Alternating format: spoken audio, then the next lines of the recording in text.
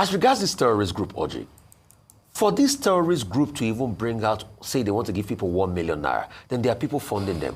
What has the government done to at first block the financial muscle of this group? For every bullet shot, people are buying those bullets. So the government should be able to come in with intelligence, NFIU and the likes to see who are those funding this group. Secondly, use intelligence and drones and everything to swoop in on them. Absolutely. So we must be able to stop the money trail so that groups like this do not become a problem, because it's fast becoming a problem and this situation is muffing and muffing. Hello everyone and welcome back. Thank you so much for stopping by. My people, matters are rising. Yes, so more reactions concerning the new terrorist group in the north. Like, these people did not just launch online recruitment.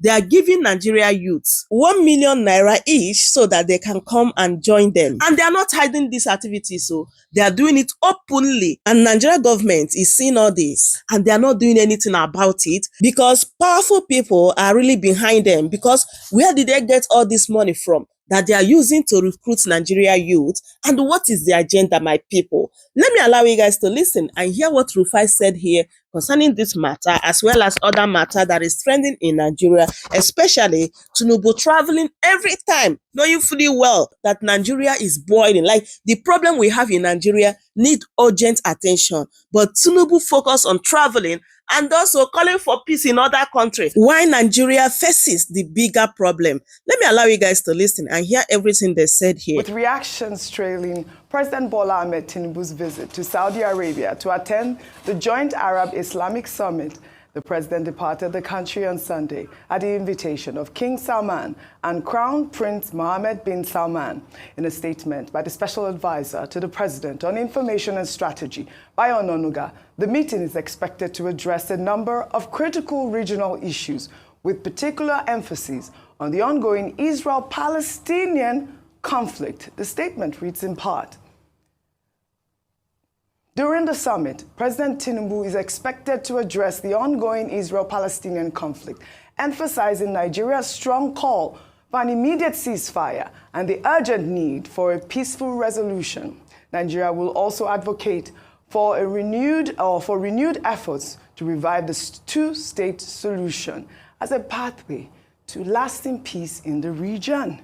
All right, let's take some reactions, because Nigerians, I think this is an issue that has been in the front burner for a while now, even during the military era. Dr. Abati, correct me if I am wrong, and it's one of the reasons why the de facto vice president of General Babangiwa, is it Ubuti Ibikwe, he had actually stepped down because of this particular issue, whether or not Nigeria is a secular, secular state.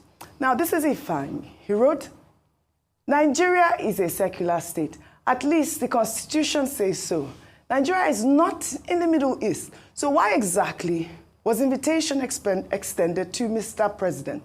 If the situation was reversed, I can bet everything that our brethren from the other side will not take it lightly. Well, I believe Angela, this is a balanced tweet here. Angela wrote, Nigeria is with a compelling Muslim demography, or Nigeria with a compelling Muslim demography, must be at the summit. Again, being a member of the OIC, her presence is not only desirous, but desirable. I congratulate President Tinubu for his state arrival and wish Nigeria, Palestine, and Muslim world a fruitful deliberation. Well, there was another I believe, tweet that Bayo Onanuga had posted with President Bola Ahmed Tinubu's entourage there, if we can pull up that tweet. And then he had written that, the president was received, I believe, by the deputy governor of the country. That also, elicited some reactions. Dr. Abati, over to you. Okay, very quickly. Of the Riyadh region, correct. Deputy what governor is of the on Riyadh region. in diplomatic relations is that presidents are received by their equals. Yes. Or they are received by high-ranking members of the government. When we were in government, some of the people who received presidents were ministers, ranking ministers. But for a deputy governor of a region to go and receive the president of Nigeria, there's probably a breach of protocol there. But the call is for our Ministry of Foreign Affairs to have handled this better. But we don't know the ranking of that deputy governor of Riyadh.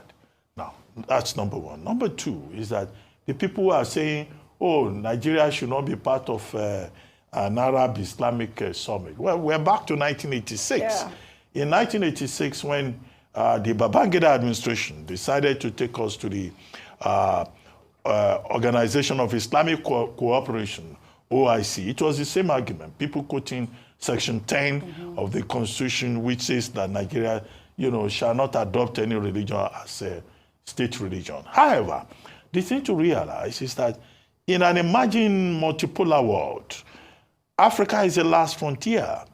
Many of these countries, whether it's from the Arab world, or it's Japan, or it's Iran, or it's the countries in Asia, or even Russia, they are looking for African countries in terms of cooperation. Now, the issue there, either in OIC or in the Arab Africa Summit, which President Tinubu attended, and now he's attending the Arab Islamic Summit, it's not about religion. It's about cooperation. In a world that is becoming digital, in a world where there are issues that tie us together as a common humanity, climate change, oil and gas, and all of that. So education, technology, healthcare, these are the things that they discuss at some of these fora. It's not that they are going there to go and promote Islamic religion or Christian religion. I think our people need to be properly educated in that regard. Number three, of course, is that the president is the chief foreign policy officer of the country. And that's why when he travels, people may complain about the frequency of the travels, about 29 times since he assumed office 19 months ago. But foreign policy is part of his assignment. And he has taken the step to reduce the objections by saying that he has reduced the size of his entourage. But going to an Arab Islamic summit, I don't think they are going there with an agenda of religion. It's about cooperation. Right. And the world is cooperating. Even Russia is pledging total support to countries in Africa. It's not about anything other than trying to take advantage of whatever opportunities are available internationally. All right, Dr. Bati, you mentioned frequency. 29 times he's gone abroad. I mean, that is the frustration. When I look at reactions on social media, a lot of Nigerians have said, okay, please stay at home. There's huge insecurity in the land at this moment, and I saw a lot of reactions regarding that. If I come to you, Rufai, in the meantime, a counter-insurgency publication, Zagazola Makama, focused on the Lake Chad region, reported over the weekend that members of a new terrorist group, Lakurama, are offering financial incentives to recruit young people in Sokoto State. According to the publication, the new group is offering as much as 1 million naira to young men in exchange for their allegiance. Makama quoted sources saying that the financial initiatives are part of an aggressive recruitment campaign aimed at attracting followers to their cause. The group are reported to adhere to extremist ideologies similar to the beliefs of Boko Haram. Well, we know that over the weekend, the group had killed about 15 people in Kebbi State. Defense headquarters recently declared 9 suspected members of the group wanted. I believe the spokesperson, Edward Buba, had said that, the terrorists were from the Niger Republic, and they came from that time when there was that sort of war or disruption between Nigeria and Niger. Let me take a reaction with this story. This is from Chief Emmanuel, who wrote, "This development is deeply concerning and highlights an urgent need for a coordinated response to counter extremism in Nigeria's northwest. The Lakurawa group's tactic of offering substantial financial incentives to economically vulnerable youth in Sokoto directly targets those who may feel they have few options. This, combined with extremist ideology, poses a serious threat to stability in the region. The presence of individuals reportedly from Mali, Chad, Libya, Niger, and Burkina Faso indicates a transnational dimension to this group, transforming it into a regional security issue. extremist groups like Lakurawa exploit local grievances such as economic hardship and lack of opportunities to attract recruits, often creating a dangerous sense of belonging for disenfranchised young people.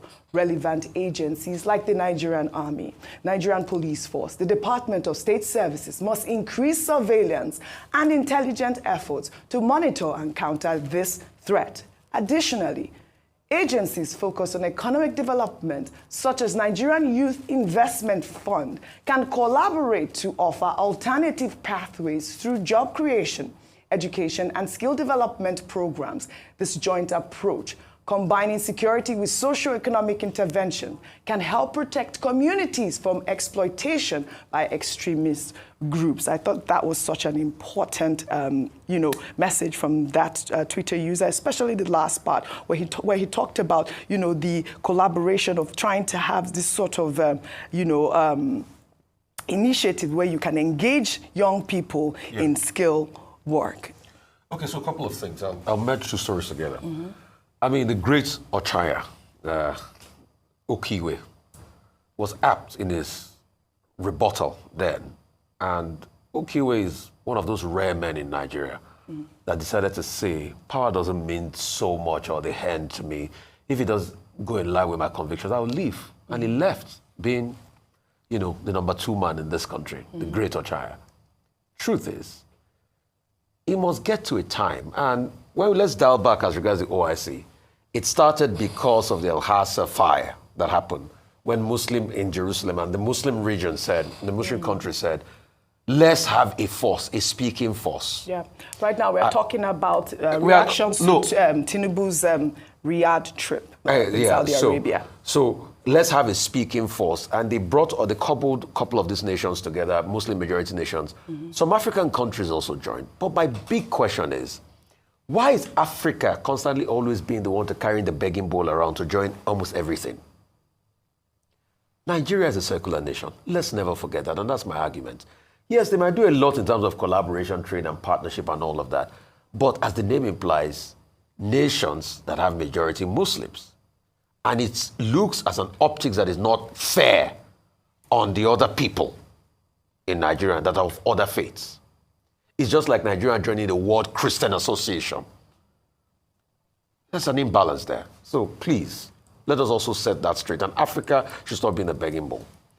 As regards President Tinubu and the vice, governor of the Riyadh region, this was the same Nigeria that when our prime minister went visiting Tafawa Balewa in the 60s in America, it was the vice president of America that came to receive him in the airport. Compare and contrast those time and now. It shows that Nigeria is losing something on the international scene. As regards this terrorist group, Oji, for this terrorist group to even bring out, say they want to give people 1 million naira, then there are people funding them. What has the government done to at first block the financial muscle of this group? For every bullet shot, people are buying those bullets.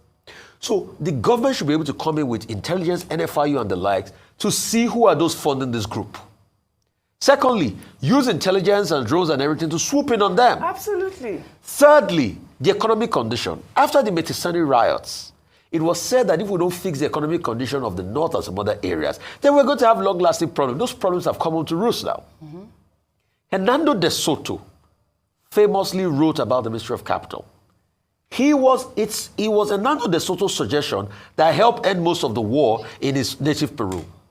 He said, give property rights and give economic empowerment to the people of a certain area, and the role of insurgent group will stop. Because these people too, we have foot soldiers in those communities because of the economic empowerment. Absolutely. So how can we turn that around?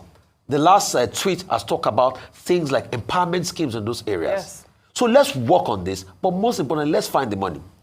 When a revelation was made in Dubai, I regard people that were funding some terrorist group in Nigeria, till today, those people have not been brought to book.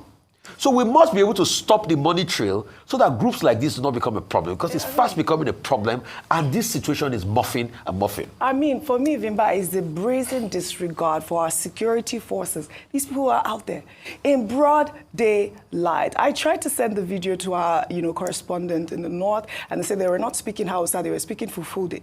And, it's quite rare to see such, the amount of people just out there.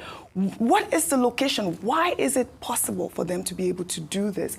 Before I still come to you, in the meantime, the Sokoto State Police Command has confirmed the arrest and jailing of a woman, Hamdiya Sidi, who was accused of embarrassing the state governor, Ahmad Aliyu, on social media. Sidi was said to have condemned insecurity in the state and demanded action against bandits and incessant killings in a video posted on social media. She also highlighted the takeover of villages and houses being burnt to the ground. Sidi was reported to have been secretly arraigned without access to a lawyer or family members last week, and is being persecuted for inciting unrest in the state. Vimbai. This is so heartbreaking because Sokoto State should be using these resources to counter the insurgency that has emerged in their state. Now, I was reading a report that was released by Vanguard, and Vanguard says that this Lukarawa terrorist group is not new. They say that the Sokoto State DSS has been aware of them since 2018. What was done with that information? Only God knows. But now you see people who are coming out to social media to try and create some sort of awareness, and then this is how you treat them. But I want to dial back very quickly. I know Dr. Abati made a very valid point about the fact that the president is our chief foreign policy officer. Now, it's concerning to see that at the moment our foreign policy seems to be, is addressing the Middle East crisis. However, when you look at groups like Lukarawa specifically, and the fact that they're coming from Niger, Burkina Faso, Mali, these are countries that are former ECOWAS members that Nigeria has had a spat with. So it's concerning because it feels like we should be addressing regional issues. Our foreign policy right now should be prioritizing our relationships with our neighbors, where these groups are now infiltrating from and emerging. Now, the next big concern with regards to this terrorist group and this insecurity currently in Sokoto State is that when you read about this group, OG, they're focusing more on indoctrinating young people than actually creating violence. So besides the cash reward that you mentioned, or rather the cash incentive that you mentioned, what they're doing is they're focusing on trying to brainwash young people. They're saying that you should not, you're not allowed to carry a beard. They're saying that you're not allowed to listen to music. And if you're caught doing those things, then you are punished severely in those various local government areas. So this goes back, everything is connected. It still goes back to the issue we discussed last week. Young people who are arraigned for protesting are sent back to their villages, to their local government areas with 100,000 naira and smartphones. Well, now the terrorists are coming and saying, oh, okay, 100,000, we can do better. Give them 1 million. We haven't solved any problems. Yeah. We haven't solved any problems. So in all of this, I know Saudi Arabia has launched a fund that they've pledged that they'll invest $40 billion to sub-Saharan Africa in the next few years. So I understand the importance of Nigeria traveling abroad to engage with various people to try and attract much needed foreign investment. However, right now, our foreign policy direction looks like it needs to focus on our immediate neighbors to quell some of this. Absolutely. Well said. Two quick points. Well said. Very briefly. Now, even that foreign policy process is to be reviewed. That's what the experts are saying. The Afrocentric approach, the Father Christmas approach of our foreign policy. That's the big, academic point there. Now, the two things that I would just like to put on the table. When Commodore Abitu Ikiwe left the Babangida administration, he didn't resign. He was removed. So that should be underscored. But the point is that he opposed Nigeria joining the Organization of Islamic Cooperation. Number two, another point of history, there was the Yom Kippur War in 1967. There was also the Yom Kippur War again in 1973. Now, Nigeria severed relationship with Israel in 1973. Now, what happened? When Nigeria under Babangida now joined OIC, Christians, so there was a lot of religious sentiment. Now, how will you turn against Israel, where we go for Christian pilgrimage, and you go and join OIC? So there was that religious sentiment at that time. And Nigeria did not restore relations with Israel until September 1992. So these are historical facts that may guide those who are saying this is about Islam. All right. Well, this new terrorist group, Lakorawa. I mean, it's you know, it's an emerging story, and for them to compare it like the people from Boko Haram is just really, really scary. Where we've been talking about the fact that Boko Haram is almost decimated, and now we are seeing a new group forming now. Again, they said that they killed 15 people in Kebbi State over the weekend. May their souls rest in peace. Amen. All right, take another story. We received a video showing a group of students, reportedly from the Federal Government College in Enugu, bullying a fellow student. The video has been widely circulated on social media. The boy who was being bullied was said to be a junior student and was attacked by his senior colleagues. School authorities are yet to respond to the video or the incident that led to the act. I thought I should, highlight this video for the school authorities to come out, because I am going to follow this video. You know that this sort of story is heartbreaking. Bullying should not be tolerated at all in any school. I believe this was a boarding school as well. So we'll follow up on the story. A young boy, he didn't deserve that beating at all. Well, let's head over to the United States now, where President-elect Donald Trump's victory at the recent polls continues to generate reactions as analysts from across the globe debate on some of Trump's campaign policies, which may have helped him secure his second term in office. The issue of transgender rights has been a major topic in a video now circulating on social media, which was released last year. Trump vowed that if he was re-elected, he would punish doctors who provide gender-affirming care to minors, which he equated to child abuse and child sexual mutilation. Trump also stated that he would push for a federal law recognizing only two genders, male and female. Let's take a look before we come back for a discussion. On day one, I will revoke Joe Biden's cruel policies on so-called gender-affirming care. Ridiculous. A process that includes giving kids puberty blockers, mutating their physical appearance, and ultimately performing surgery on minor children. Can you believe this? I will sign a new executive order instructing every federal agency to cease all programs that promote the concept of sex and gender transition at any age. I will declare that any hospital or healthcare provider that participates in the chemical or physical mutilation of minor youth will no longer meet federal health and safety standards for Medicaid and Medicare and will be terminated from the program immediately. My Department of Education will inform states and school districts that if any teacher or school official suggests to a child that they could be trapped in the wrong body, they will be faced with severe consequences, including potential civil rights violations for sex discrimination and the elimination of federal funding. I will ask Congress to pass a bill establishing that the only genders recognized by the United States government are male and female, and they are assigned at birth. The bill will also make clear that Title IX prohibits men from participating in women's sports. No serious country should be telling its children that they were born with the wrong gender, a concept that was never heard of in all of human history. Nobody's ever heard of this, what's happening today.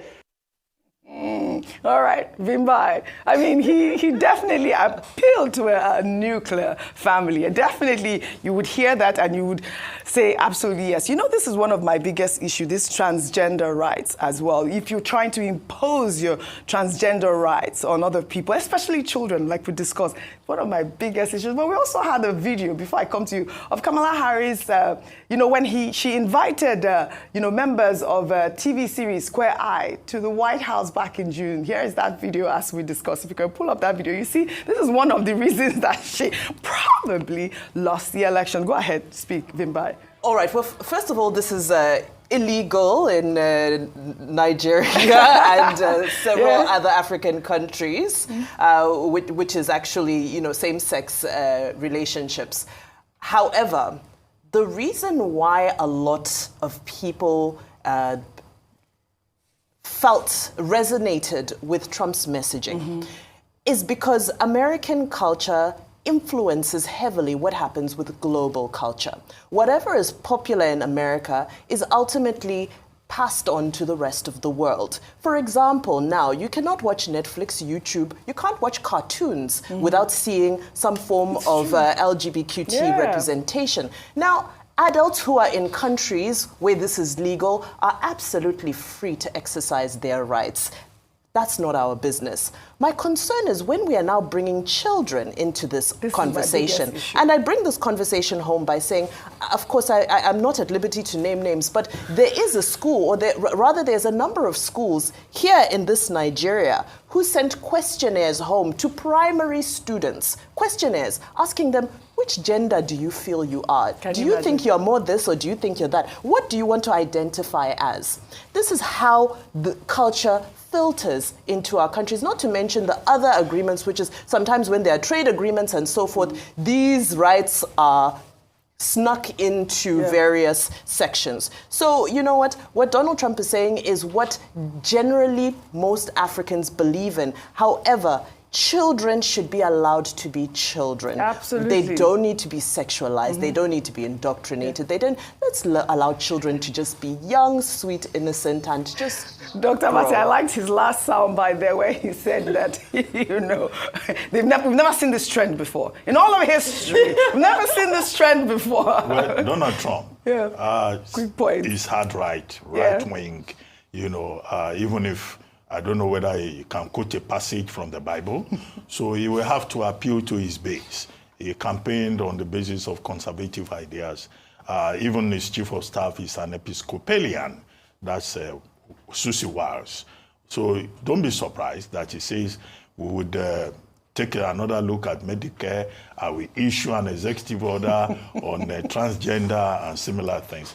He would want to strengthen his base continuously. But the big issue in America for Trump, and we hope that he will begin to focus on that very quickly, is the economy. Even the Democrats have admitted that perhaps he won because of his programs about economy. He wants to put 20% tariff on the global imports. He's going to put 60% to 100% tariffs on imports. He's going to cancel AGOA, for African and other countries. He's going to do a lot of things to undocumented immigrants about cartel. That is creating global uncertainty.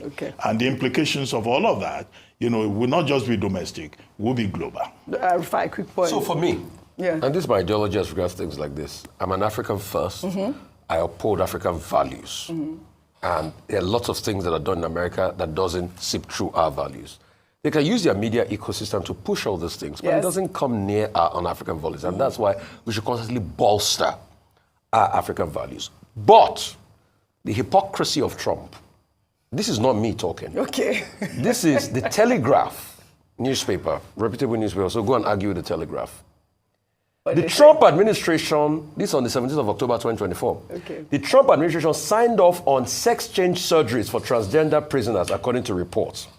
Officials in the Department of Justice gave the green light to the procedures and also included hormone therapy and hair removal in 2018, while Donald Trump was in the White House, the New York Times reported. Well, like Bimba said, those are adults. You are right. Trump is perpetually reversing himself on everything. Exactly. After all, he said cryptocurrency, that cryptocurrency was a scam.